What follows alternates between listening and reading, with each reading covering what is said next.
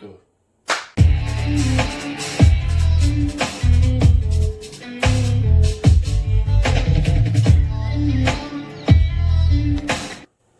Започваме с леглото. Нищо особено.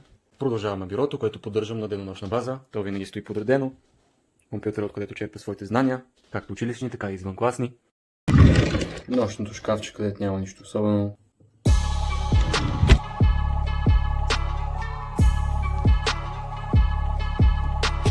Гардероба, където каква изненада, има дрехи. Да, не знам какво очаквахте чак тук от него. Тук са учебниците, които всяка година са все повече и всяка година все по-малко ги отварям. Дивана, който определено не съм почиствал специално за това видео. Той се стои така постоянно. Има укулеле, на който не свиря, но стои за естетика.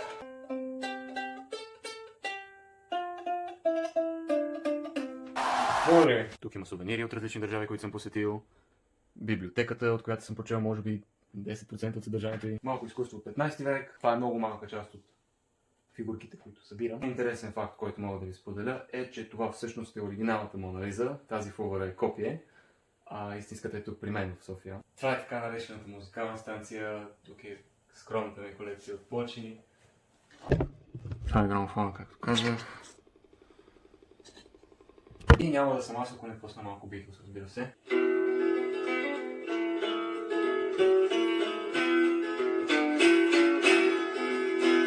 Друга важна група според мен